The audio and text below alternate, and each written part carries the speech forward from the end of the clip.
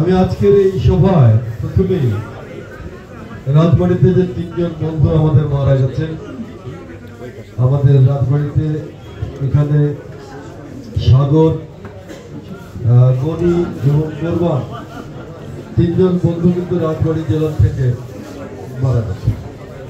আমি তাদের বিদেয়ী আত্মার শান্তি কামনা করছি।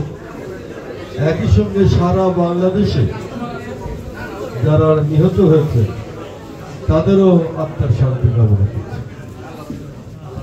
আর যারা অগণিত বন্ধুরা আমাদের আহত হয়েছে তাদের প্রতি আমি সমবেদনা জানাই যে আমাদের এখানে আস্থা অর্জনের বিষয় আছে।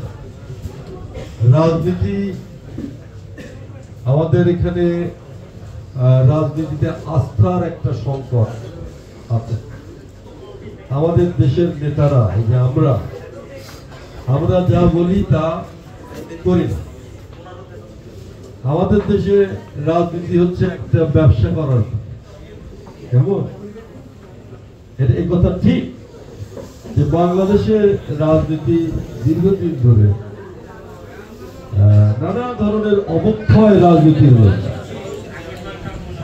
একজন রাজনৈতিক নেতা তার উপর নির্ভর করে যে তার দেশ জাতি কেমন থাকবে।